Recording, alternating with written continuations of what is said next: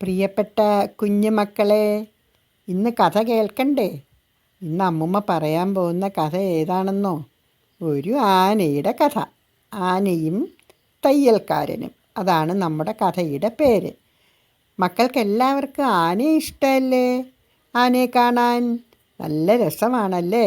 ആനയുടെ തുമ്പിക്കൈ, വലിയ കൊമ്പ്, കുഞ്ഞു വാല്, വലിയ ചെവി, ആനയുടെ നടത്തം, പതുക്കെ പതുക്കെ കുലുങ്ങിയുള്ള ആനയുടെ പോക്ക്, ആന നടക്കുമ്പോൾ ചങ്ങലയുടെ കിലുക്കം. എന്ത് രസമാണ് ആന അല്ലേ? അങ്ങനെയുള്ള ഒരു ആനയുടെ കഥയാണ്. ഒരു നാട്ടിൽ ഒരു വലിയ പണക്കാരൻ്റെ വീട്ടിൽ ഒരു നല്ല ലക്ഷണമൊത്ത ഒരു ആനയുണ്ടായിരുന്നു. നല്ല തുമ്പിക്കൈയും നല്ല കൊമ്പുകളും നല്ല കറുത്ത നിറവും എല്ലാമുള്ള ഒരു നല്ല ആന. ആ ആനയെ നോക്കാനൊരു പാപ്പാനുമുണ്ട്. ചില ദിവസങ്ങളിൽ ആനയെ ഉത്സവക്കാലത്ത് ഉത്സവത്തിനൊക്കെ ആയിട്ട് അമ്പലങ്ങളിൽ കൊണ്ടുപോകും. ചില സമയത്ത് കാട്ടിൽ തടി പിടിക്കാൻ കൊണ്ടുപോകും. ഇപ്പോൾ ഒന്നും അതിൻ്റെ ആവശ്യമില്ല. ഇപ്പോൾ ഒക്കെ വലിയ ക്രെയിനൊക്കെ ഉണ്ട്. പണ്ടൊക്കെ തടി പിടിക്കാൻ ആനകളെയാണ് കൊണ്ടുപോയിക്കൊണ്ടിരുന്നത്. ഇങ്ങനെ ജോലികളൊന്നും ഇല്ലാത്ത സമയം പാപ്പാൻ്റെ കൂടെ ആന ആ വലിയ പണക്കാരൻ്റെ വീട്ടിൽ വെറുതെ വിശ്രമിക്കും. എല്ലാ ദിവസവും രാവിലെ ആനയെ കുളിപ്പിക്കാനായിട്ട് പാപ്പാൻ അടുത്തുള്ള പുഴയിലേക്ക് കൊണ്ടുപോകും. ആനയ്ക്ക് വലിയ ഇഷ്ടമാണ് വെള്ളത്തിൽ പോയി കിടന്ന് കുളിക്കാൻ. നിങ്ങൾക്കും ഇഷ്ടമല്ലേ വെള്ളത്തിൽ കളിക്കാൻ?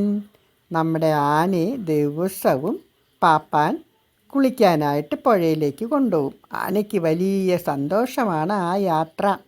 അത് കാണാൻ തന്നെ ഒരു ഭംഗിയാണ്.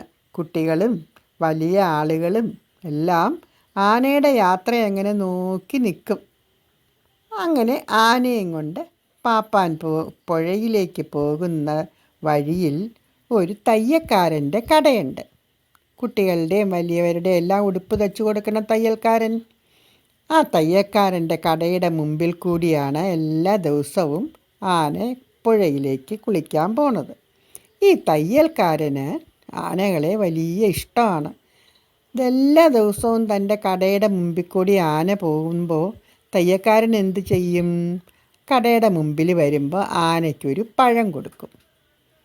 ആന അടുത്ത ദിവസവും പഴം കൊടുക്കും. അങ്ങനെ എല്ലാ ദിവസവും ആനയ്ക്ക് പഴം കൊടുത്തു തുടങ്ങി. ആനയ്ക്കും ഇതൊരു ശീലമായി. ആന എന്തു ചെയ്യും? കടയുടെ മുമ്പിലെത്തുമ്പം അവിടെ നിൽക്കും. പാപ്പാൻ പറയുമൊന്നും വേണ്ട, അല്ലാതെ തന്നെ ആന അവിടെ നിൽക്കും. എന്നിട്ട് തുമ്പിക്കൈ കടയുടെ ഉള്ളിലേക്ക് നീട്ടും. ഇത് കാണുമ്പോഴേ നമ്മുടെ തയ്യൽക്കാരൻ പഴവുമായിട്ട് റെഡിയായിട്ട് അവിടെ നിൽപ്പുണ്ടാവും. വേഗം പഴമെടുത്ത് ആനയ്ക്ക് കൊടുക്കും. ആന തുമ്പിക്കൈ കൊണ്ട് ആ പഴം വാങ്ങിച്ച് തിന്ന് നന്ദി സൂചകമായിട്ട് തലയൊന്ന് കുലുക്കി വീണ്ടും പുഴയിലേക്ക് കുളിക്കാൻ പോകും. പുഴയിൽ ചെന്ന് കിടന്ന് വെള്ളത്തിൽ കിടന്നൊരു കുളിയാണ് ആന.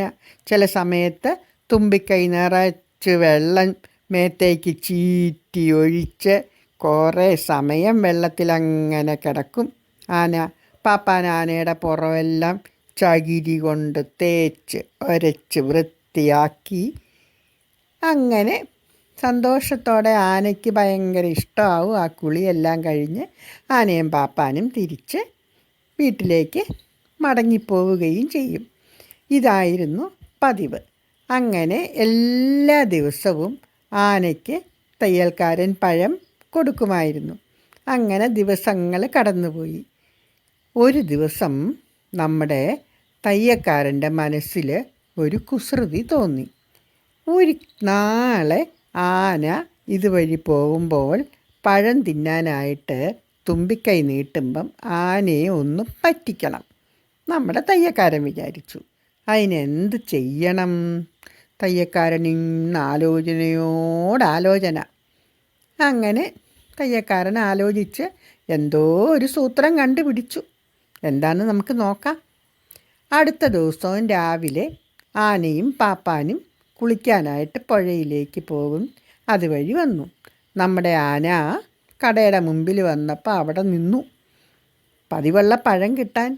അത് പതുക്കെ തുമ്പിക്കൈ കടയ്ക്കുള്ളിലേക്ക് നീട്ടി. പക്ഷേ നമ്മുടെ തയ്യൽക്കാരൻ എന്താ ചെയ്തതെന്നറിയുമോ?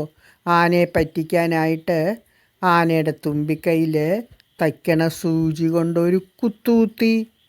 പാവം ആനയ്ക്ക് നന്നായിട്ട് വേദനിച്ചു. പക്ഷെ ആന ഒന്നും ചെയ്തില്ല.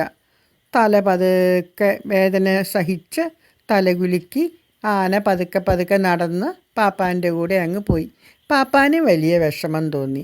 പാവം, എന്തിനാ അതിനെ ഇങ്ങനെ പറ്റിച്ചതെന്ന് തോന്നി. ഒന്നും പറഞ്ഞില്ല. രണ്ടുപേരും പുഴയിലേക്ക് പോയി. ആന പതിവ് പോലെ കുളിയൊക്കെ കഴിഞ്ഞ് തിരിച്ച് തൻ്റെ തീറ്റ അങ്ങോട്ട് പോകുമ്പോഴും ഇങ്ങോട്ട് വരുമ്പോഴും ഒക്കെ ആനയുടെ കയ്യിൽ ആനയ്ക്കുള്ള തീറ്റ കരുതിയിട്ടുണ്ടാവും. എന്താണെന്നോ ആനയുടെ തീറ്റ? പനയുടെ ഓല, പനമ്പട്ട എന്ന് പറയും. അതും പിടിച്ചുകൊണ്ടാണ് ആന മിക്കപ്പോഴും നടന്ന് പോണത്. കുളിയൊക്കെ കഴിഞ്ഞ് കയറി വരുമ്പോൾ ആ പനമ്പട്ടയൊക്കെ തിന്ന് അങ്ങനെയാണ് ആന എന്നും തിരിച്ചു വരണത്. അന്നും അതുപോലെ തന്നെ പതിവൊന്നും തെറ്റിക്കാതെ ആനയും പാപ്പാനും തിരിച്ചു വരികയാണ്. പക്ഷേ തയ്യക്കാരൻ്റെ കടയുടെ മുമ്പിൽ വന്നപ്പോൾ ആന അവിടെ നിന്നു. എന്നിട്ട് എന്താ ചെയ്തതെന്നറിയാമോ?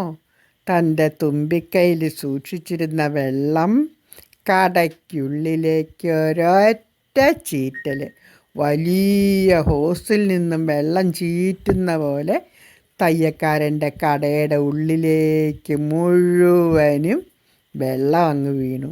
തയ്യക്കാരൻ തച്ചുകൊണ്ടിരുന്ന തുണികളും തച്ച് തീർന്നിരുന്ന തുണിത്തരങ്ങളും വില പിടിച്ച തുണികൾ കൊണ്ടുള്ള തച്ച ഉടുപ്പുകളൊക്കെ ഉണ്ടായിരുന്നു. എല്ലാം വെള്ളം വീണ് നനഞ്ഞ് നാശമായി. അപ്പോഴാണ് തയ്യക്കാരന് മനസ്സിലായത്, ഞാൻ രാവിലെ ആനയുടെ തുമ്പിക്കൈയിൽ സൂചി കൊണ്ട് കുത്തിയത് തെറ്റായിപ്പോയി. ആനയ്ക്ക് നല്ല ബുദ്ധിയുണ്ട്. കുത്ത് കിട്ടിയപ്പോൾ ആന പെട്ടെന്ന് ദേഷ്യപ്പെട്ട് ഒന്നും ചെയ്തില്ല. ആന മിണ്ടാതെ പോയിട്ട് തിരിച്ചൊരു പാഠം പഠിപ്പിക്കണമെന്ന് തന്നെ വിചാരിച്ച് തിരിച്ചു വന്നപ്പോൾ കടയ്ക്കുള്ളിലേക്ക് വെള്ളം ചീറ്റി. നല്ല ശിക്ഷ കിട്ടിയില്ലേ തയ്യക്കാരന്? അതാണ്, നമ്മൾ ആരെയും ഉപദ്രവിക്കാൻ പാടില്ല. പാവപ്പെട്ട മൃഗമാണത്, എന്നാൽ പോലും ഉപദ്രവിക്കരുത്. മൃഗങ്ങളെയും ഒന്നിനെയും നമ്മൾ ഉപദ്രവിക്കാൻ പാടില്ല. തയ്യക്കാരൻ ഇതെല്ലാം തൻ്റെ തുണിത്തരങ്ങളൊക്കെ നനഞ്ഞു പോയത് കണ്ട് നാണിച്ചിളിച്ചിരുന്നു. സങ്കടവും വിഷമവും എല്ലാം ആയി. അങ്ങനെ ആനയെ പറ്റിച്ചതിന് ആന പ്രതികാരം ചെയ്തു. കഥ ഇഷ്ടമായോ? ഇനി നാളെ മറ്റൊരു കഥയുമായിട്ട് അമ്മമ്മ വരാം കേട്ടോ.